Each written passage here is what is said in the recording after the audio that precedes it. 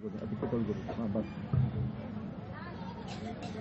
विभूति सविता सबुरी सुंदर श्रीकृष्ण द्रुप पालन धृति परम पुरुष परमाराध्या श्री बड़मा परम पूज्य पाद श्री बड़दा प्रधान आचार्य देव श्री दादांक श्री चरणे मोर भक्तिपूत विनम्र कोटि कोटि प्रणाम। आज पवित्र दिवार्षिक सत्संग मधुचक्र उपस्थित मोर सम्मानस्पद सहप्रतिनिधिद्वय उपस्थित प्रवीण कर्मीवृंद गुरुभ्राता वृंद मंडली साधु सज्जन आदर कुलिकुली पिला माने समस्त को मोर प्रीतिपूर्ण जय। पूर्वर इष्ट प्राण गुरुभ्राता धोबा भाई कहते तो तांकर स्वर सहित स्वर मिले जे भाई मानकर प्रचेष्टा क्रमे प्रभुंकर गुण कीर्तन करने सुजोग आम मान को मिली से अयुत आयु कामना करे से जो आहुरी प्रेरणापृष्ठ हो प्रभुंकर गुण कीर्तन करने आम मान को जो आहुरी आहुरी सुजोग दियंती यह कामना करने सहित आपण मानकर समस्त सार्थिक मंगल कामना करे से निखिल मंगल विधायक परम दयाल श्री ठाकुर श्रीमान स्वल्प समय भितर गोटे सुंदर सुंदर प्रसंग पूर्व भाई रखिंट कथा को आधार करी केतोटी कथा रखी निश्चय। पृथ्वी रे आश्चर्य जहाँ किसी अच्छी ता मध्य सबुठारु आश्चर्यर विषय होची ईश्वरंकर ऐशी लीला ईश्वरंकर नर लीला जगतर सबुकिछि को हुए तो मनीष बुझी पारे तार बोध भीतर को आनी पारे तार धारणार भीतर को आनी पारे अंततः पक्षे अनुमान करि पारे किंतु ईश्वरंकर ऐशी लीला नर लीला मनीषर समस्त बोध तार धारणा अनुमान सेपटे जो वैष्णव शास्त्र कहुई कृष्णेर जतेक लीला सर्वोत्तम नर लीला नरबपु ताहार स्वरूप गोपवेश बेणुकर नवकिशोर नटवर नर लीलाय हय अनुरूप कृष्णेर जतेक लीला सर्वोत्तम नर लीला से परम पिता से परम कारुणिक से विश्व नियंता जेते भावरे जेते प्रकार रे ए धरापक्षरे लीला करंती ता भितरे सर्वश्रेष्ठ लीला हेउची से जेतबळे रक्तमांस संकुल नरतनु धारण करी आविर्भूत हेकी लीला करंती सेतबळे तांको ठारे ही मानवीय गुणराजीर चरम परिप्रकाश घटी थाए सेतबळे विवर्तनर समग्र रूपटी देखा मिलता है ठारे मनीष देखा पाई थाए धर्मर जीवंत रूप धर्मर वास्तव जीवंत चेहरा जो पुरुषोत्तमंकर आगमन रे अति सहज भाव जीवन में लव सेंटर प्रीति केन्द्र भाव गढ़ी तोलिबा पुरुषोत्तम जिते आसती से जन्म सिद्ध भाव आसी था श्री ठाकुर बाणी देइचंती जुग पुरुष जन्म सिद्ध मंत्र प्रतीक तीन सिद्ध गुरु ताके बोले साधना सिद्ध जिनी जो माने साधु संत मुनि ऋषि से जीवन कुश्र साधनार भीतर साधन भजनर भीतर जे सबू अभिज्ञतार अधिकारी जे सबू अनुभूतिर अधिकारी जगतर मंगल पाई ताहा सेमाने लोक सम्मुखरे उपस्थापित करी थांती लेखि देकी जाई थांती जगतर मंगल पाई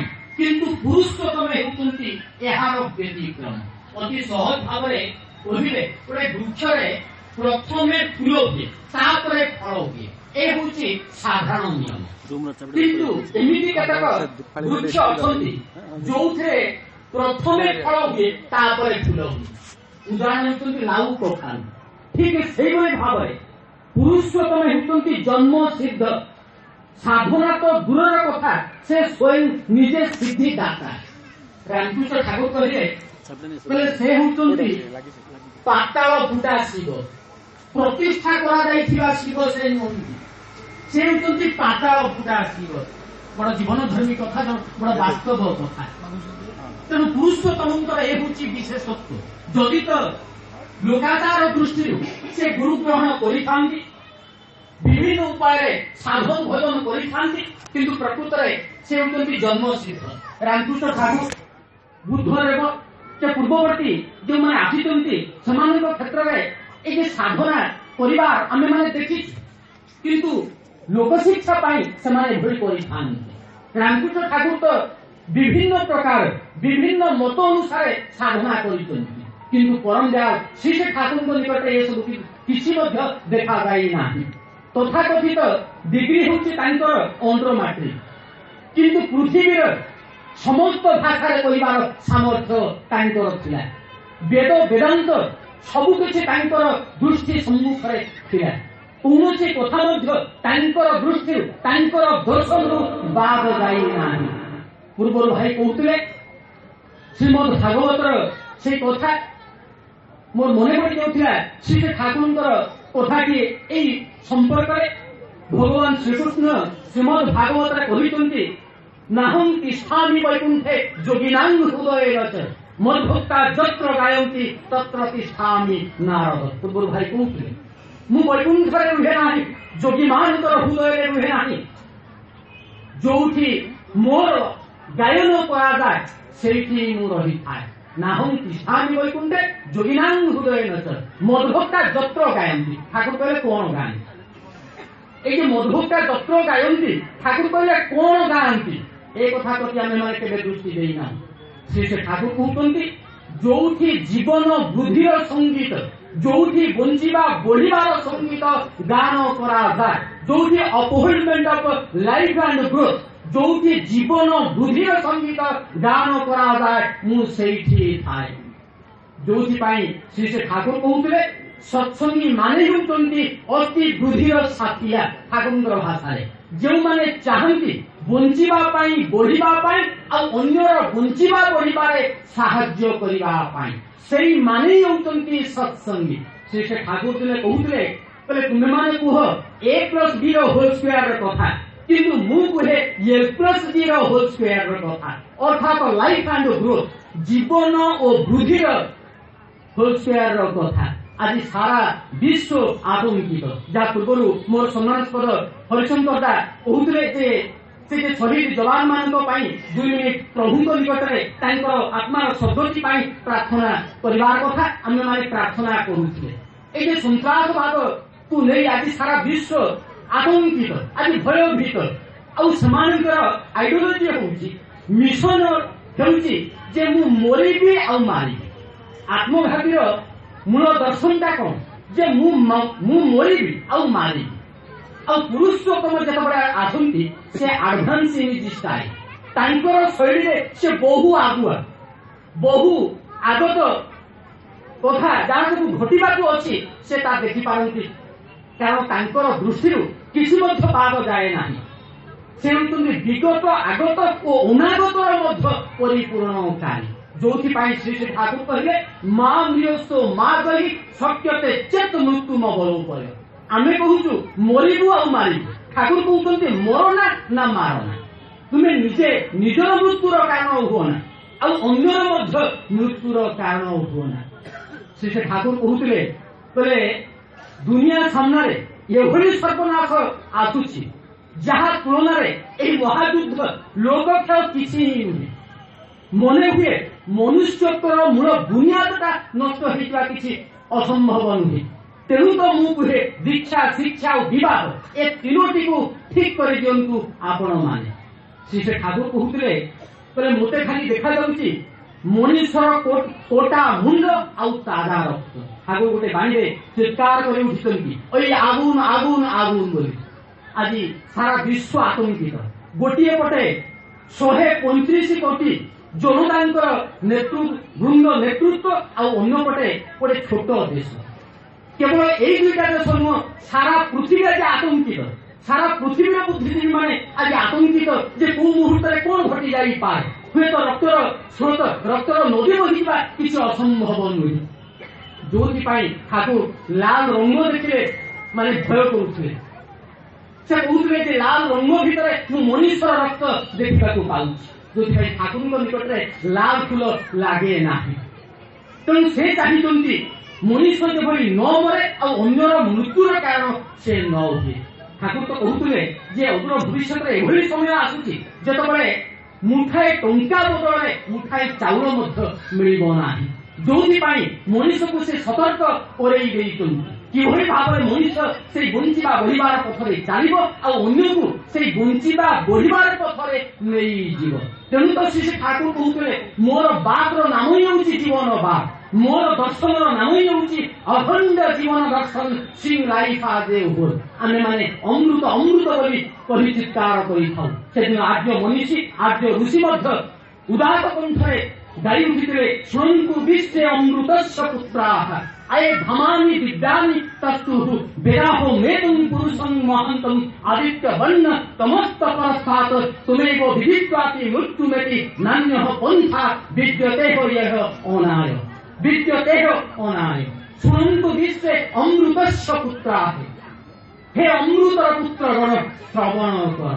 ସେ ଠାକୁର କହିଲେ ଏଇ ଯେ ଅମୃତ ଅମୃତ ବୋଲି କହି ଋଷି ଚିତ୍କାର କରି ଯାଇଛନ୍ତି। ଅମୃତ ମାନେ କଣ? ସେ ଠାକୁର କହୁଛନ୍ତି ଓ ମାନେ ନାହିଁ ନଟ୍, ମୃତ ମାନେ ମୃତ୍ୟୁ ଡେଥ୍। ଯାହାର ଜୀବନରେ ମୃତ୍ୟୁ ନାହିଁ ସେଇ ହେଉଛି ଅମୃତର ସଂଜ୍ଞା। ଯଦି ତ ଆମମାନଙ୍କର ଜୀବନରେ ଫିଜିକାଲ ଡେଥ୍ ହେଇଥାଏ କିନ୍ତୁ ପ୍ରକୃତରେ ମଣିଷ ଜୀବନରେ ମୃତ୍ୟୁ ହିଁ ନାହିଁ। ସେ ଠାକୁର କହିଲେ ଯାହା ପୂର୍ବରୁ ଭାଇ ଜୀବନର କଥା କହୁଥିଲେ, କହିଲେ ଜୀବନର ମର୍ମାର୍ଥ ହିଁ ହେଉଛି ଯାହା କେବେ ମରେ ନାହିଁ। ଯୋଉଥିପାଇଁ ସେ ଠାକୁର କହିଲେ ମୋର ଦର୍ଶନର ନାମ ହିଁ ହେଉଛି ଅଖଣ୍ଡ ଜୀବନ ଦର୍ଶନ ସିଂ ଲାଇଫ ଆଜ ଏ ହୋଲ। ଆମେ ମାନେ ଯେ ଜୀବନର ସଂଜ୍ଞା এইভাবে କରିଥାଉ ଯେ ଜନ୍ମରୁ ମୃତ୍ୟୁ ପର୍ଯ୍ୟନ୍ତ ଯେ ସମୟ ଅବଧି ତାହା ହିଁ ହେଉଛି ଜୀବନ। ସେ ଠାକୁର କହିଲେ ଏହା ଜୀବନର ସଂଜ୍ଞା ହେଇପାରେ ନାହିଁ, ଏହା ଜୀବନ ହେଇପାରିବ ନାହିଁ, ଏହା ଏକ ଜୀବନର କିଛି ଅଂଶ ମାତ୍ର, ଏକ ଖଣ୍ଡିତ ଜୀବନ ମାତ୍ର। এইভাবে ଅନେକ ଖଣ୍ଡିତ ଜୀବନର ସମାରୋହ ନେଇ ଏକ ଅଖଣ୍ଡ ଜୀବନର ପରିକଳ୍ପନା କରାଯାଇପାରେ, ଯୋଉଥିପାଇଁ ଏକ ଅଖଣ୍ଡ ଜୀବନ ଭିତରେ ମଣିଷକୁ ଅନେକ ବାର ଜନ୍ମ ଆଉ ମୃତ୍ୟୁର ସମ୍ମୁଖୀନ ହେବାକୁ ହେଇଥାଏ। ଅନେକ ଖଣ୍ଡିତ ଜୀବନର ସମାହାର ନେଇ ଏକ ଅଖଣ୍ଡ ଜୀବନର ପରିକଳ୍ପନା କରାଯାଇପାରେ, ଯୋଉଥିପାଇଁ ଶ୍ରୀ ଠାକୁର ସ୍ମୃତିବାହୀ ଚେତନା ଜାଗରଣର କଥା କହିଛନ୍ତି, ଯାହାକୁ କଣ୍ଟିନ୍ୟୁଟି ଅଫ କନସିୟସନେସ୍ ବୋଲି କହିଛନ୍ତି। କୋଉ କୋଉ କଥା ଅଛି ସତ୍ସଙ୍ଗର ଲୋଗରେ ମଧ୍ୟ ଲେଖାଯାଇଛି, ଦଦାତୁ ଜୀବନ ବୁଦ୍ଧି ନିରନ୍ତର ସ୍ମୃତି ଚିତ୍ତେ ଯୁତେ। ମୋର ଯେଭଳି ଏଇ ବଞ୍ଚିବା ବଢିବାର ସ୍ମୃତିବାହୀ ଚେତନାକୁ ନେଇ ମୁଁ ଜନ୍ମ ଜନ୍ମ ଧରି ବଞ୍ଚି ରହେ, এই কথা যেମିତି ମୋର ସ୍ମୃତି ପଟରୁ ନ ଲିଭି ଯାଏ। ତେଣୁ ଶ୍ରୀ ଠାକୁର କହୁଥିଲେ এই ସ୍ମୃତିବାହୀ ଚେତନାର ଜାଗରଣ କଥାଟା ଏତେ କଷ୍ଟସାଧ୍ୟ କଥା ନୁହେଁ। ଯଦି ଇଷ୍ଟ ସ୍ମୃତିକୁ ସେ ଗଭୀର କରି ତୋଳାଯାଏ ତାହେଲେ ମଣିଷ ଭିତରେ ସ୍ମୃତିବାହୀ ଚେତନାକୁ ଜାଗରଣ କରିବା ସମ୍ଭବ ହେଇଥାଏ। ସେଦିନ ଲୀଳା ପୁରୁଷୋତ୍ତମ ଭଗବାନ ଶ୍ରୀକୃଷ୍ଣ ସେଇ କଥା କହିଥିଲେ। ଏଇ ଅବ୍ୟୟ ଯୋଗର କଥା ମୁଁ ପ୍ରଥମେ ସୂର୍ଯ୍ୟଙ୍କୁ କହିଥିଲି, ସୂର୍ଯ୍ୟ ତାଙ୍କ ପୁତ୍ର ମନୁଙ୍କୁ କହିଥିଲେ, ମନୁ ତାଙ୍କ ପୁତ୍ର ଇକ୍ଷ୍ୱାକୁଙ୍କୁ କହିଥିଲେ। ଅର୍ଜୁନ ଆଶ୍ଚର୍ଯ୍ୟ ହେଇଗଲେ, କହିଲେ ପ୍ରଭୁ ଆପଣ ତ ଗୋଟେ ଅଦ୍ଭୁତ କଥା କହୁଛନ୍ତି, ଆପଣ କିଭଳି ଏଇ ଅବ୍ୟୟ ଯୋଗ କଥା ସୂର୍ଯ୍ୟଙ୍କୁ କହିଲେ, ସୂର୍ଯ୍ୟ ତାଙ୍କ ପୁତ୍ର ମନୁଙ୍କୁ କହିଲେ, ମନୁ ତାଙ୍କ ପୁତ୍ର ଇକ୍ଷ୍ୱାକୁଙ୍କୁ କହିଲେ, କଥା ଆପଣ କିଛି ବୁଝିପାରୁନାହିଁ। ସୂର୍ଯ୍ୟ ତ ଆପଣଙ୍କର ଅନେକ ପୂର୍ବରୁ ଅଛନ୍ତି, ଆପଣ ତ ତାଙ୍କର ଅନେକ ପରେ ଆସିଛନ୍ତି, ଏହା କିଭଳି ସମ୍ଭବ ହେଲା? ସେଦିନ ଭଗବାନ ଶ୍ରୀକୃଷ୍ଣ କହିଥିଲେ, କହିଲେ ଆରେ ତୋର ମୋର ମଧ୍ୟ ଅନେକ ଜନ୍ମ ଯାଇଛି, ତୁ ପ୍ରତି ପ୍ରକୃତି ପରାଭୂତ, ତୋର ସେସବୁ କଥା ମନେ ନାହିଁ କିନ୍ତୁ ମୋର ମନେ ଅଛି। ସେ ଠାକୁର କହୁଥିଲେ କୌଣସି ଲୋକ ଯଦି ମୋର ସମ୍ମୁଖକୁ ଚାଲି ଆସେ ତାହେଲେ ତାର ଅତୀତ ବର୍ତ୍ତମାନ ଆଉ ଭବିଷ୍ୟତ ସିନେମାର ରିଲ୍ ହୋଇ ମୋର ସମ୍ମୁଖରେ ନାଚି ଯାଇଥାଏ। ମୁଁ ତାକୁ ଏଇଥିପାଇଁ ତାର କୁକର୍ମ ବିଷୟରେ ତାର ଅତୀତ ବିଷୟରେ କୁହେ ନାହିଁ, ଭାବେ ଲୋକଟା କାଳେ ମୋ ଠାରୁ ଦୂରେଇ ଯିବ। ତେଣୁ ପୁରୁଷୋତ୍ତମ ଯେତେବେଳେ ଆସନ୍ତି ସେ ବିଗତ ଆଗତ ଓ ଅନାଗତର ମଧ୍ୟ ପରିପୂରଣକାରୀ। ଭାଇ ପୂର୍ବରୁ ଆତ୍ମାର କଥା କହୁଥିଲେ, ଆତ୍ମା ଶବ୍ଦଟା ଆସିଛି ଅପ ଧାତୁ, ଯାର ମାନେ ହେଉଛି ଗତି, ଯାର ଉଦ୍ଦେଶ୍ୟ ହେଉଛି ଟେଣ୍ଡେନ୍ସି ଟୁୱାର୍ଡସ୍ ୟୁନିଫିକେସନ, ଯେ ଚାହେଁ ସେଇ ପରମାତ୍ମାଙ୍କ ସହିତ ଯୋଗଯୁକ୍ତତା ସ୍ଥାପନ କରିବା ପାଇଁ। ଯୋଉଥିପାଇଁ ସୁରକ୍ଷାଟି ପୁସ୍ତକରେ ଶ୍ରୀ ଠାକୁର ଗୋଟେ ସୁନ୍ଦର ବାଣୀ ଦେଇଛନ୍ତି, ଏକ ଅଭିନବ ପୁସ୍ତକ ମଧ୍ୟ। କେବେ ଯଦି ସୁଯୋଗ ହୁଏ ତାହେଲେ ଅନ୍ତତଃ ପକ୍ଷେ ସେ ପୁସ୍ତକଟିକୁ ଟିକେ ଦେଖିବେ। ସେ ପୁସ୍ତକଟିର ଛାପା ମଧ୍ୟ ସ୍ୱତନ୍ତ୍ର, ସେ ଏକ ସ୍ୱତନ୍ତ୍ରତା ଦାବି କରେ। এই যে সৎসঙ্গর আইডিওলজি মধ্যে অনেক পুস্তক ভিতরে ସେଥିରେ ଗୋଟେ ବାଣୀ ଅଛି, ଓ ସୁହାଗୀ ସୁରତ ରାଣୀ କିସେ ଦୁଃଖ ତୋର বুকে, ও সোহাগী সুরত রানী কিসে দুঃখ তোর বুকে, প্রিয়র কাছে যা করে তুই ফুডুক হাসি তোর মুখে। বড় সুরত যোগসাধনার কথা আসিযাଏ, সেসବୁ ପ୍ରସଙ୍ଗକୁ ମୁଁ ଯିବି ନାହିଁ। ତେଣୁ ପୁରୁଷୋତ୍ତମ ଯେତେବେଳେ ଆସନ୍ତି ଅତି ସହଜ ଭାବରେ ତାଙ୍କୁ ଜୀବନରେ ଧରି ଚାଲିବାକୁ ହେଇଥାଏ। ପୂର୍ବରୁ ଭାଇ ସେ ଗୀତା କଥା କହୁଥିଲେ, ସେ ଯେ ଭଗବାନ ଶ୍ରୀକୃଷ୍ଣଚନ୍ଦ୍ର କହିଥିଲେ ଯଦା ଯଦା ହି ଧର୍ମସ୍ୟ ଗ୍ଲାନିର୍ଭବତି ଭାରତ, ଯେତେବେଳେ ଯେତେବେଳେ ଧର୍ମର ଗ୍ଲାନି ହୁଏ, ଅଧର୍ମର ବୃଦ୍ଧି ହୁଏ, ସେତେବେଳେ ମୁଁ ଅବତୀର୍ଣ୍ଣ ହୁଏ। ମୁଁ ବାରମ୍ବାର ଆସେ, ଅତେବେ ଯେତେବେଳେ ଦେଖିବ କୌଣସି ମହାତ୍ମା ମାନବ ଜାତିର ଉଦ୍ଧାର ପାଇଁ ସଚେଷ୍ଟ, ସେତେବେଳେ ଜାଣିବ ମୋର ଆବିର୍ଭାବ ହୋଇଅଛି ଏବଂ ତାଙ୍କର ପୂଜା କରିବ। ସେଦିନ ରାମକୃଷ୍ଣ ଠାକୁର ସେଇ କଥା କହୁଥିଲେ, ଯେତେବେଳେ ନଦୀରେ ପ୍ରବଳ ବନ୍ୟା ଆସେ, ସେତେବେଳେ କ୍ଷୁଦ୍ର କ୍ଷୁଦ୍ର ନଦୀ ତଡ଼ାଗ ନିଜର ସୀମା ପର୍ଯ୍ୟନ୍ତ ପୂର୍ଣ୍ଣ ହେଇଯାଆନ୍ତି। ଠିକ ସେଇଭଳି ଭାବରେ ଯେତେବେଳେ ଜଗତରେ ପରମ ପିତାଙ୍କର ଆବିର୍ଭାବ ଘଟେ, ସେତେବେଳେ ଜଗତରେ ଏକ ମହାନ ଆଧ୍ୟାତ୍ମିକ ବିପ୍ଳବ ସୃଷ୍ଟି ହୋଇଥାଏ। ସେଠାକାର ପବନରେ ଯେଭଳି ଧର୍ମଭାବ ବହିବାକୁ ଆରମ୍ଭ କରିଥାଏ, ଯାହା ପ୍ରତିଧ୍ୱନିତ ହୋଇଛି ଶ୍ରୀ ଶ୍ରୀ ଠାକୁରଙ୍କର ତମ୍ବୁ କଣ୍ଠରେ। ফুটলর এই সত্য তপন অন্ধকারের পুঞ্জনাশি, বাদল দয়াল বিশ্বনাথের শাশ্বত এই মধুর বাংশী, শিউরি উঠে সপ্ত ভুবন অমৃত তার দ্রুত সুরে, হাংছে প্রভু বংশী রাগে আরো আমি নইলে দূরে, কান্দিস না আর শঙ্কা কিসের, আত্মকের দুঃখ ভুগে ধর্ম সংস্থাপনার্থায় সম্ভব আমি যুগে যুগে। আসছে জয়ী গগনছে আমার তনুর মধুর বায়ু, স্পর্শে তাহার সঞ্জীবিত হবে আবার তোয়ের স্নায়ু, বিশ্ব ভুবন কুঞ্জ বনে কুসুম আমার বন্ধু আনে, বার্তা আমার উঠেছে জয়ী নবীন যুগর কলির গানে, আরো তো আমি নইলে দূরে দৈন্যকে আজ দুঃখ ভুলে ধর্ম সংস্থাপনার্থায় সম্ভব আমি যুগে যুগে। বিশ্ব জুড়ে দুন্দরণে উঠেছে যে ভীম অগ্নি শিখা, সেইটি আমার বিজ্ঞাপনী হচ্ছে ক্রমে রক্তে লিখা, পাপ দানবীর অত্যাচারে ডাকছে যে নরক ত্রাহি ত্রাহি, চিহ্নছে যে মোর প্রকটের সন্দেহ তার বিন্দু নাহি, নইলে দূরে আয় করে আয় কান্দছে আজ দুঃখ ভুগে ধর্ম সংস্থাপনার্থায় সম্ভব আমি যুগে যুগে। সোনার সমাজ ডুবছে বলে দুঃখ কি তাই শঙ্কা কিরে, মগ্ন তো নয় সৃষ্টি হবার নবীন আভাস ফিরে, চলেছে যে বিরাট সাধন বিশ্ব হিয়ায় রাত্র দিবা, সেটি অপতেজ মরুতু বেমে আসছে আবার শঙ্কা কিরে, বিপন্নকে আয় করে আয় চুল পিপাসায় দুঃখ ভুগে ধর্ম সংস্থাপনার্থায় সম্ভব আমি যুগে যুগে। ତେଣୁ ସେ ଯୁଗେ ଯୁଗେ ଆସନ୍ତି ସେଇ ଧର୍ମର ମୂର୍ତ୍ତିମନ୍ତ ଜୀବନ୍ତ ରୂପ ଭାବରେ ସେଇ ଧର୍ମକୁ ପ୍ରତିଷ୍ଠା କରିବା ପାଇଁ। ସେଦିନ ଶ୍ରୀ ଶ୍ରୀ ଠାକୁରଙ୍କର ବାଣୀ ଅନୁଲେଖକ ପ୍ରଫୁଲ୍ଲ କୁମାର ଦାସ ପ୍ରଫୁଲ୍ଲ ଠାକୁରଙ୍କୁ ପଚାରୁଛନ୍ତି, କହିଲେ ଠାକୁର ଜଗତରେ ପରମ ପିତାଙ୍କର ଆବିର୍ଭାବ ହେଲେ ଜଗତରେ କଣ ଘଟିଥାଏ? ଶ୍ରୀ ଠାକୁର କହୁଛନ୍ତି ଗୋଟେ ନୂତନ ମନନ୍ତରର ଆବିର୍ଭାବ ଘଟିଥାଏ। ପ୍ରଫୁଲ୍ଲ ଶୁଣିକି କହୁଛନ୍ତି ଠାକୁର ତାହେଲେ ତ ସର୍ବନାଶ। ଶ୍ରୀ ଠାକୁର କହୁଛନ୍ତି କହିଲେ ମନନ୍ତର ମାନେ ହେଉଛି ମଣିଷର ମନନ ଧାରାରେ, ମଣିଷର ମାନସିକତାରେ ଏକ ଆମୂଳଚୂଳ ପରିବର୍ତ୍ତନ ସଂଗଠିତ ହେଇଥାଏ। ଆଜି ଯେତେବେଳେ ସାରା ସଂସାର ମରିବି ଆଉ ମାରିବିର ଭାବନା ନେଇ ଜର୍ଜରିତ, ସେତେବେଳେ ସତ୍ସଙ୍ଗ ଏହାର ଠିକ ବିପରୀତରେ ଦଣ୍ଡାୟମାନ ହେଉଛି। ଯାହାର ଆଇଡିଓଲୋଜି କହୁଛି ମରନା ମାରନା, ତାର ତ ମୃତ୍ୟୁକୁ ସମ୍ପୂର୍ଣ୍ଣ ରୂପେ ଖତମ କରିଦିଅ। ଶ୍ରୀ ଶ୍ରୀ ଠାକୁର ମୃତ୍ୟୁର ମୃତ୍ୟୁ ଚାହିଁଛନ୍ତି। ଶ୍ରୀ ଶ୍ରୀ ଠାକୁର ମଧ୍ୟ ଏକ ଯୁଦ୍ଧର ଡାକରା ଦେଇଛନ୍ତି। ଆଜି ସାରା ସଂସାର ଯୁଦ୍ଧ ଦ୍ୱାରା ଭାରାକ୍ରାନ୍ତ, ଯୁଦ୍ଧ ପାଇଁ ଆଜି ଆତଙ୍କିତ। ଶ୍ରୀ ଶ୍ରୀ ଠାକୁର କହୁଥିଲେ self fulfilling all is the germ to war. ଯୁଦ୍ଧର ମୂଳ କାରଣ ହିଁ ହେଉଛି, ସଂଘର୍ଷର ମୂଳ କାରଣ ହିଁ ହେଉଛି ଆତ୍ମ ପରିପୂରଣୀ ଆକୁତି। ନିଜର ସ୍ୱାର୍ଥକୁ ପରିପୂରଣ କରିବି ଅନ୍ୟର ସ୍ୱାର୍ଥକୁ ହନନ କରି, ଅନ୍ୟର ସ୍ୱାର୍ଥରେ ବ୍ୟାଘାତ ସୃଷ୍ଟି କରି। ଶ୍ରୀ ଶ୍ରୀ ଠାକୁର କହିଲେ ମୁଁ ମଧ୍ୟ ଏକ ଯୁଦ୍ଧ ଘୋଷଣା କରିଛି।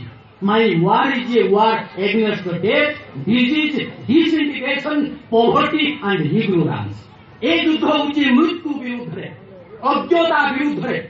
My war is war against death, disease, ରୋଗ ବିରୁଦ୍ଧରେ, ଅସଂହତି ବିରୁଦ୍ଧରେ, ଦାରିଦ୍ର୍ୟ ବିରୁଦ୍ଧରେ। ତ ଶ୍ରୀ ଶ୍ରୀ ଠାକୁର এইଭଳି ଯୁଦ୍ଧ ଘୋଷଣା କରିଛନ୍ତି, ଯାହାର ଭିତର ଦେଇ ମଣିଷ ଚିରାୟୁ ହେଇପାରିବ, ମଣିଷ ଶାନ୍ତି ସ୍ୱସ୍ତି ଆନନ୍ଦର ଅଧିକାରୀ ହେଇପାରିବ। କାରଣ କୌଣସି ମଣିଷ ମଧ୍ୟ ଚାହେଁ ନାହିଁ ମରିବା ପାଇଁ। କାରଣ ପ୍ରତିଟି ମଣିଷ ହେଉଛି ଅମୃତର ସନ୍ତାନ। ସେ ଚିରାୟୁ ହେବା ପାଇଁ ଚାହେଁ, ସେ ଆୟୁର ଅଧିକାରୀ ହେଇ ବଞ୍ଚିବା ପାଇଁ ଚାହେଁ। ଯୋଉଥିପାଇଁ ସେଦିନ ରବି ଠାକୁର ଗାଇ ଉଠିଥିଲେ, মরিতে চাই না আমি সুন্দর ভুবনে, মানবের মাঝে আমি বাঞ্চিবার চাই। এই যে সুন্দর সংসার, ଏ ସଂସାରରେ ମୁଁ କେବେ ମଧ୍ୟ ମରିବା ପାଇଁ ଚାହେଁ ନାହିଁ, ମୁଁ ଅନନ୍ତ କାଳ ଧରି ବଞ୍ଚିବା ପାଇଁ ଚାହେଁ। ହାସ୍ୟ ରସାତ୍ମକ କଥାଟିଏ ମୋର ମନେ ପଡ଼ିଯାଉଛି। ସେଦିନ ଜଣେ ଭାଇ ତାଙ୍କର ସାଇକେଲ ଯୋଗେ ଗନ୍ତବ୍ୟ ପଥରେ ଯାଉଛନ୍ତି। ତାଙ୍କର ରାସ୍ତାର କିଛି ଦୂରରେ ରେଳ ଧାରଣାଟି ମଧ୍ୟ ଅଛି। ତ ସେ ଯେତେବେଳେ ତାଙ୍କର ସାଇକେଲ ଯୋଗେ ଯାଉଛନ୍ତି, ଦେଖୁଛନ୍ତି ଜଣେ ଭାଇ ସେ ରେଳ ଧାରଣା ଉପରେ ବସିଛନ୍ତି। ସାଇକେଲଟି ରଖିଲେ, କହିଲେ ଭାଇ ଇଏ କି କୁବୁଲି ତୁମର, ତୁମେ ଯେ ରେଳ ଧାରଣା ଉପରେ କାହିଁକି ବସିଛ? ସେ ଭାଇ ଜଣକ କହିଲେ, ବସିଛି କଣ, ମୁଁ ଆତ୍ମହତ୍ୟା କରିବା ପାଇଁ ବସିଛି। ତାପରେ ସେ ବ୍ୟକ୍ତି ଜଣକ କହିଲେ ଜୀବନ କେତେ ମୂଲ୍ୟବାନ। ଯାହା ପୂର୍ବରୁ ଭାଇ କହୁଥିଲେ, ମାନେ କେତେ ସାଧନାର ଭିତର ଦେଇ ମଣିଷ ଏଇ ମନୁଷ୍ୟ ଜନ୍ମ ଲାଭ କରିଥାଏ, ତୁମେ ଆତ୍ମହତ୍ୟା କରିବା ପାଇଁ କାହିଁକି ଚାହୁଁଛ? ଏମିତି କେତେ କଣ କଥା ବୁଝେଇଛନ୍ତି। ତ ସେ ତାଙ୍କର ଜିଦିରେ ଅଟଳ ରହିଛନ୍ତି ଯେ ମୁଁ ଆତ୍ମହତ୍ୟା କରିବି, ମରିବି ହିଁ ମରିବି। ତାପରେ ସେ ବ୍ୟକ୍ତି ଜଣକ ବିଦ୍ୟାର୍ଥୀ ଜଣକ ଫେରି ଆସୁଛନ୍ତି, ତ ଦେଖୁଛନ୍ତି ସେ ଭାଇ ଜଣକ ପଲିଥିନ୍ ବ୍ୟାଗରେ ଗୋଟେ ବ୍ୟାଗରେ କଣ କିଛି ରଖିଛନ୍ତି। ତାପରେ ଟିକେ ଫେରି ଯାଇକି ପୁଣି ପଚାରିଲେ, ଭାଇ ଠିକ ଅଛି, ତୁମେ ତ ଆତ୍ମହତ୍ୟା କରିବା ପାଇଁ ବସିଛ, ଏ ପଲିଥିନ୍ ବ୍ୟାଗରେ କଣ ରଖିଛ? ସେ ଭାଇ ଜଣକ କହିଲେ, କଣ କି କିଛି ସେଓ ଅଙ୍ଗୁର ଏମିତି କେତେକ ଫଳ ରଖିଛି, କିଛି ଫଳ ରଖିଛି। କହିଲେ ଭାଇ ତୁମେ ତ ଆତ୍ମହତ୍ୟା କରିବା ପାଇଁ ବସିଛ, ପୁଣି ବ୍ୟାଗରେ ଫଳ କାହିଁକି ରଖିଛ?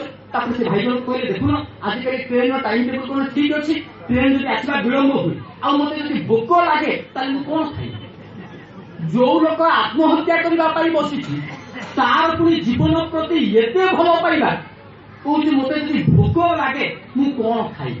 ପ୍ରକୃତରେ ମଣିଷ ମରିବା ପାଇଁ ମରେ ନାହିଁ, ମଣିଷ ବଞ୍ଚିବା ପାଇଁ ହିଁ ମରେ। ଯେତେବେଳେ ମଣିଷ ତାର ସ୍ୱଳ୍ପ ଜ୍ଞାନର ଭିତର ଦେଇ, ତାର ସ୍ୱଳ୍ପ ବୁଦ୍ଧିମତାର ଭିତର ଦେଇ ବୁଝି ନିଏ, ଧରି ନିଏ ଯେ ମୃତ୍ୟୁ ବରଣ କରିବା ହିଁ ହେଉଛି ମୋ ପାଇଁ ଶ୍ରେୟସ୍କର, ସେତେବେଳେ ହିଁ ସେ ଆତ୍ମହତ୍ୟା କରିବା ପାଇଁ ଚାହିଁଥାଏ। ଆଉ ଆତ୍ମହତ୍ୟା ହିଁ ହେଉଛି ମହାପାପ। ଠାକୁର କହିଲେ, ଯୋଉମାନେ ପଳାୟନ ପନ୍ଥୀ, ଯେଉଁମାନେ ଜୀବନ ବର୍ଦ୍ଧନର ଲାଇଫ ଗ୍ରୋଥ ଏଇ ଯେ ଯନ୍ତ୍ରଣା ତାକୁ ସହ୍ୟ କରିବା ପାଇଁ ଅସମର୍ଥ ହେଇଥାନ୍ତି, ସେଇମାନେ ହିଁ ମୃତ୍ୟୁକୁ ଶ୍ରେୟସ୍କର ପନ୍ଥା ବୋଲି ଧରି ନେଇଥାନ୍ତି। ଆଉ ଆତ୍ମହତ୍ୟା ଠାରୁ ମହାପାପ ଏ ସଂସାରରେ କିଛି ନାହିଁ। ତେଣୁ ତେବେ ସେ ଯାହା ହେଉନା କାହିଁକି, ଜୀବନର ଉଦ୍ଦେଶ୍ୟ ହିଁ ହେଉଛି ବଞ୍ଚିବା, ବଢିବା, ସ୍ୱସ୍ତି, ଶାନ୍ତି, ଆନନ୍ଦର ଅଧିକାରୀ ହବା। ଯୋଉଥିପାଇଁ ଠାକୁର ଗୋଟେ ବାଣୀ ଦେଇଛନ୍ତି, ସବୁ କଥା ଯାଉ ସାମ୍ୟତାରେ ବଞ୍ଚା ପଡ଼ା, ଏହା ହିଁ କିନ୍ତୁ ଚାହିଦା ସଭିଙ୍କ କି ଅଛି ଆଉ ଏତିକି ପଡ଼ା। ସବୁ କଥା ଯାଉ ସାମ୍ୟତାରେ ବଞ୍ଚା ପଡ଼ା। ପ୍ରତିଟି ମଣିଷ ଚାହେଁ ବଞ୍ଚିବାକୁ ଆଉ ବଢିବାକୁ, କାମୁକ ଚାହେଁ କାମର ସେବା କରି ବଞ୍ଚିବା ପାଇଁ, ଲୋଭୀ ଚାହେଁ ଖାଇବା ପାଇଁ ପୁଣି ବଞ୍ଚିବା ପାଇଁ। କାରଣ ସେ ଯଦି ନ ବଞ୍ଚେ ତାହେଲେ ଖାଇବ ତ। ତେଣୁ will to live is constant.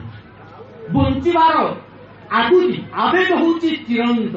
ଏହା ହିଁ ହେଉଛି କମନ ବେସିସ୍। ଆଉ ଉପରେ ଭିତ୍ତି କରି ହିଁ ସବୁ କିଛି।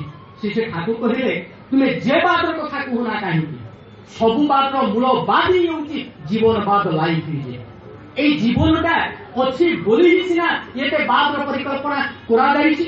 ଆଉ ଏଇ ଜୀବନବାଦକୁ ବାଦ ଦେଇକି ମଣିଷ ଯେ ବାଦର ପରିକଳ୍ପନା କରୁନା କାହିଁକି, ତାହା ମୃତ୍ୟୁବାଦରେ ପର୍ଯ୍ୟବସିତ ହବ ହିଁ ହବ।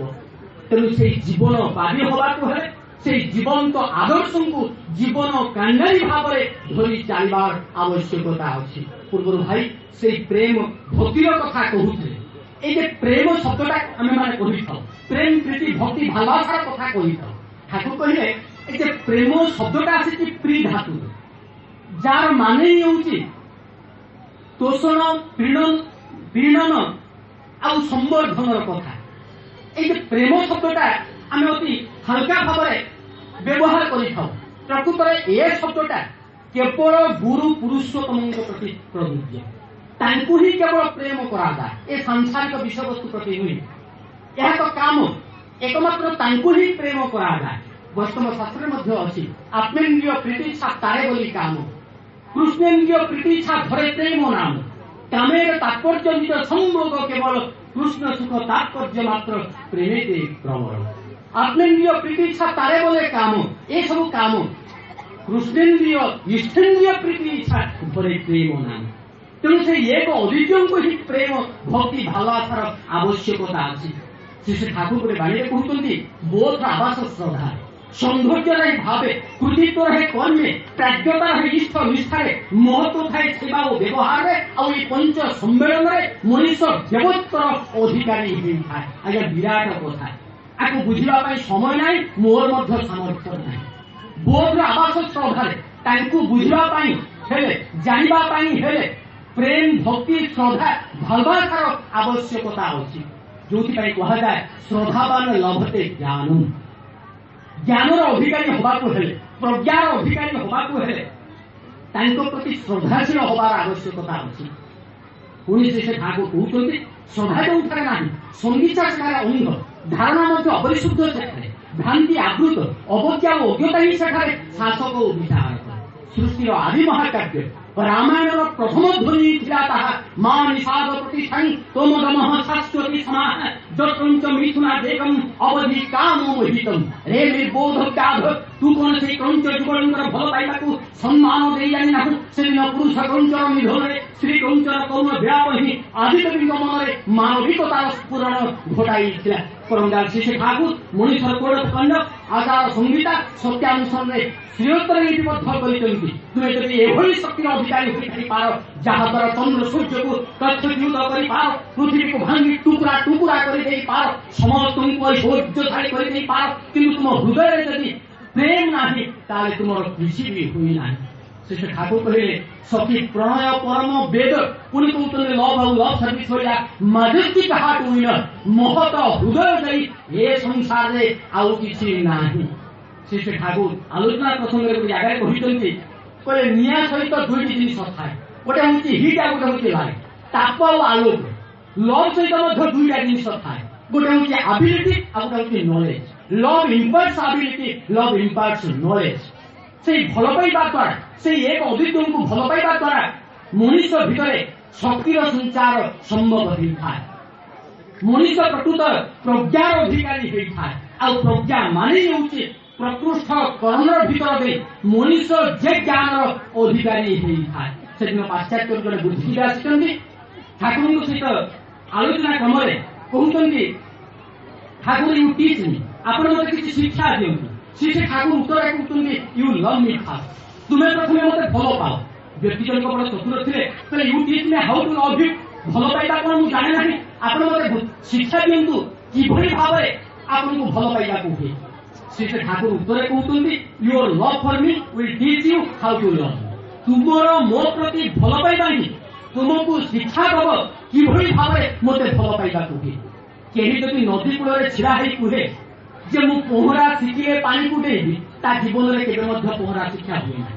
ପ୍ରଥମେ ପାଣିକୁ ଡେଇବାକୁ ହୁଏ, ଦି ଚାରି ଢୋକ ପାଣି ପିଇବାକୁ ହୁଏ, ତାପରେ ଯାଇ ପହଁରା ଶିକ୍ଷା ହୁଏ। ତେଣୁ ପ୍ରଥମେ ତାଙ୍କୁ ଭଲ ପାଇବାକୁ ହୁଏ ଆଉ ତାଙ୍କୁ ଭଲ ପାଇଲେ ହିଁ ମଣିଷ ଶିକ୍ଷା କରେ କିଭଳି ଭାବରେ ତାଙ୍କୁ ଭଲ ପାଇବାକୁ ହୁଏ।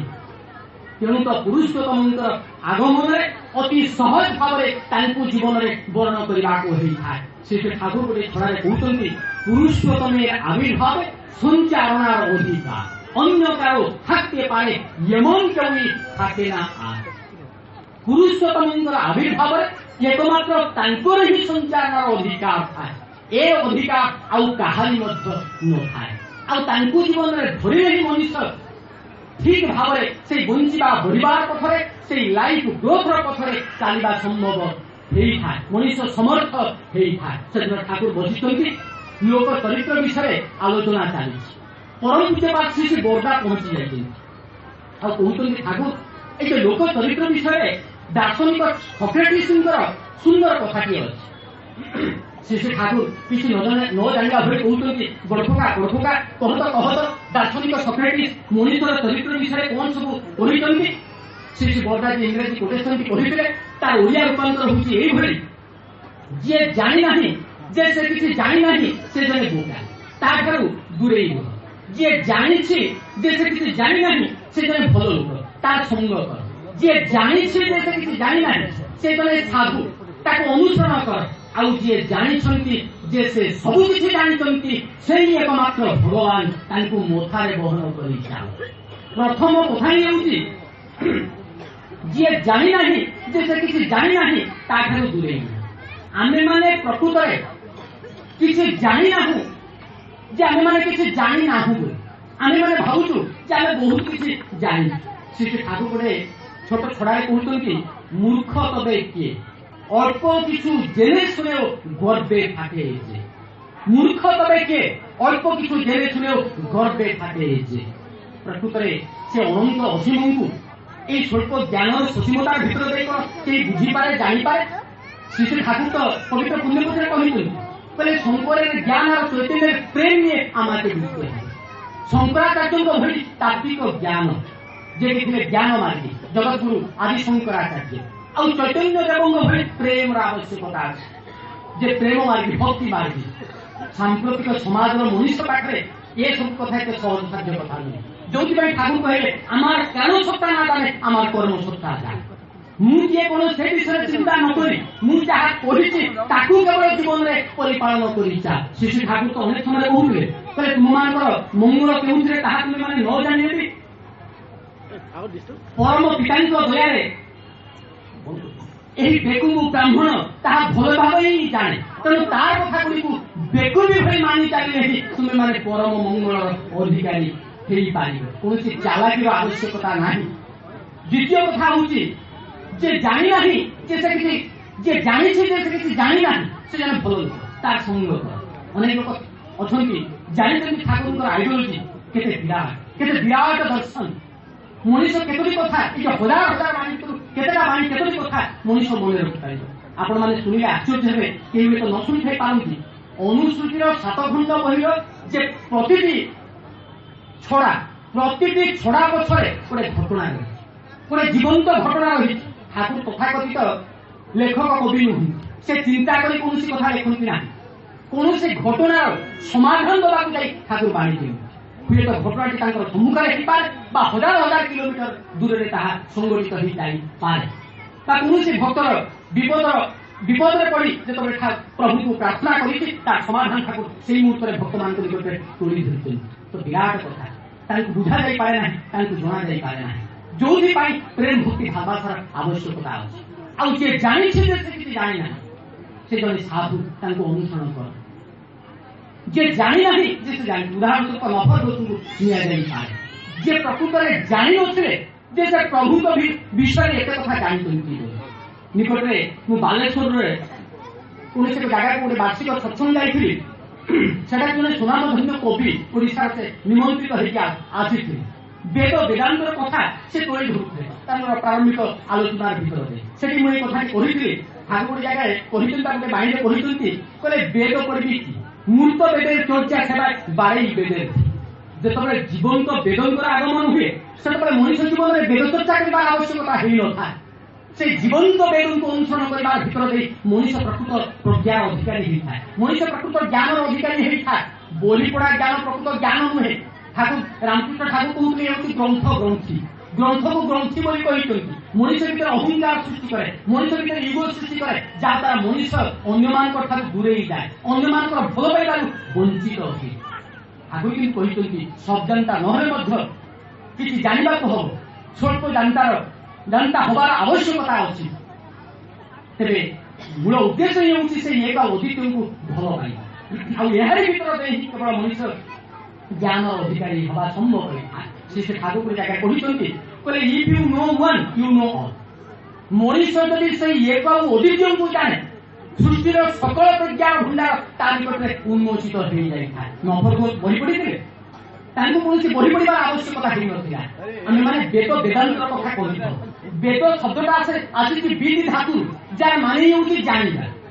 ଆଉ ବେଦାନ୍ତ କୁହାଯାଏ 4 ବେଦ ତାକୁ ବୁଝିବା ପାଇଁ କୁଆଡ଼େ ମୁନିଋଷି ମାନେ 108 ବେଦାନ୍ତ ରଚନା କରିଛନ୍ତି ଉପନିଷଦ ଗ୍ରନ୍ଥ ରଚନା କରିଛନ୍ତି ମତପାର୍ଥକ୍ୟ ମଧ୍ୟ ଅଛି ଏ କଥା ଉପରେ এই যে বেদান্তর কথা আমি মানে কহিথাও বেদান্ত মানে হচ্ছে বেদর অন্ত যোଉଠି ହେଇଛି ସେଇଟା ହେଉଛି ବେଦାନ୍ତ ବେଦ ମାନେ ଜାଣିବା ବିଦ୍ ଧାତୁ ଆଉ ଜାଣିବାର ଶେଷ ଯୋଉଠି ସେଇଟା ହେଉଛି ବେଦାନ୍ତ ଯାହାକୁ ଜାଣିଲେ ଆଉ କିଛି ମଧ୍ୟ ଜାଣିବାର ଆବଶ୍ୟକତା ରୁହେ ନାହିଁ ସେ ନିଜେ ହିଁ ହେଉଛନ୍ତି ଜୀବନ୍ତ ବେଦ ଆଉ ସେଇ ଏକମାତ୍ର ଜାଣିଥାନ୍ତି ସର୍ବଶେଷ କଥା ସକ୍ରେଟିସ୍ଙ୍କର ସେଇ ଏକମାତ୍ର ଜାଣିଥାନ୍ତି ଯେ ସେ ସବୁ କିଛି ଜାଣିଛନ୍ତି श्री श्री ठाकुर थे कहते कहले मु कौन जानी ताहा मते जना ना आ मु कौन जानी नाही ताहा मध्य मते जना ना एई गोटिए धाड़ी जानी हुए जे श्री श्री ठाकुर कौन तेणु पुरुषोत्तम आगमन अति सहज भाव जीवन में धरी चलना होता है आहार भर मनीष प्रकृत शांति स्वस्ति आनंदर अधिकारी होता है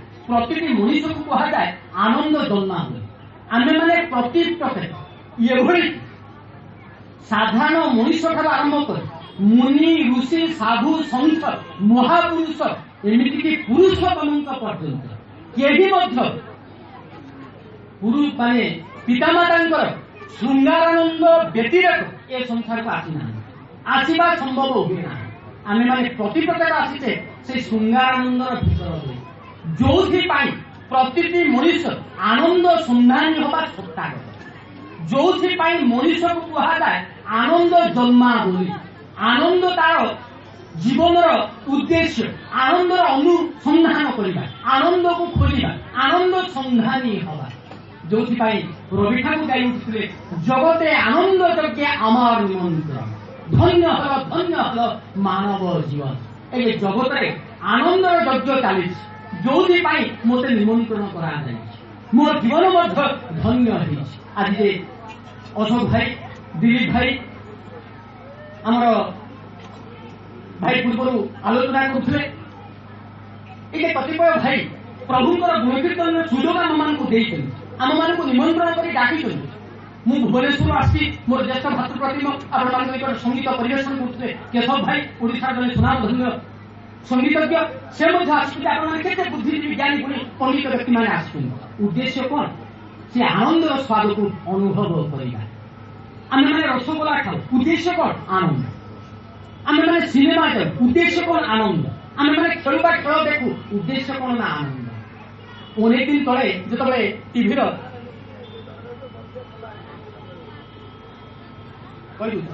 प्रचार प्रसार हो गोटे नाटक मुझे शुणी से नाटकर ना हूँ आनंद माने आनंद उद्देश्य आनंद नगर को यात्रा स्वामी स्त्री माने ऐश्वर्यर पहाड़ पर छिड़ा आकाश भर्ती टंका सारा पृथ्वी में घूरी बुलुं जे आनंदटा कौटी अच्छी परिशेष नाटकटीर उपसंहार यही आनंद कौटी पाई ना अति दयनीय भाव मृत्यु प्रकृत आनंद मनीष से पाए जिते से सचिदानंद शरणापन्न हुए देखिए सचित आनंदर स्फुटंत परिप्रकाश आनंद शब्द भर नंद धातु अच्छी जार माने विस्तार आते मनीष से सचित आनंदर स्फुटंत परिप्रकाश से जीवपुरुषोत्तम शरणापन्न हुए से से आनंद स्वाद को अनुभव करने समर्थ होता है से प्रकृत आनंद संधानी होता है आते मनीष से मरण पंथी न जीवन पंथी होता है से लाइफ ग्रोथ पथरे चलवा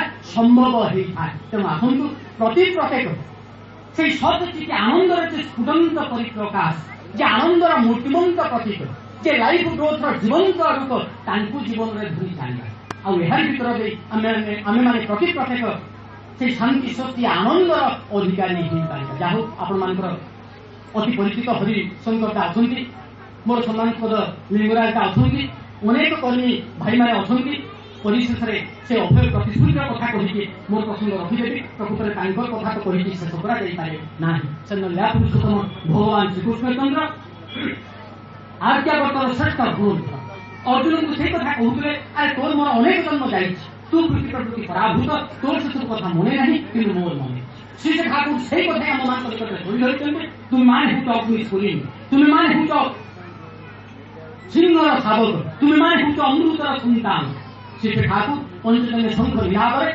चतुर्थी को प्रकम्पित कहते प्रार्थनार सक्रिय चरण भूमि आरती कर अंतर मंदिर बाजू घंटा बाजू शंख बाजू झांझ मुदन बाजू मुरलीर सुंदायित लसित नर्तन बाजू वीणार विप्लवी मदिर स्पंदन सार्थकयुक्त संयुक्त सहतयुक्त सक्रिय हुठ शक्ति शुभशालिनी सपेशी समष्टि एक नर्तन सक्रिय झंकार सुजाग्रत हुठ ଜାଗୁଲି ବୋଲି ଆହ୍ୱାନ କର, ଅନ୍ତର ବିକାରୀ ଆବେଗରେ ତାଙ୍କୁ ଆହ୍ୱାନ କର, ବସାଅ, ଆରତି କର, କୁହ ଜୟ ଜଗଦୀଶ୍ୱର, କୁହ ବନ୍ଦେ ପୁରୁଷୋତ୍ତମମ୍। ଈଶ୍ୱରଙ୍କର ଶୁଭ ଆଶୀର୍ବାଦ ବ୍ୟକ୍ତ ପ୍ରତୀକ ହିଁ ପରମ ପ୍ରେରିତ ପୁରୁଷୋତ୍ତମ।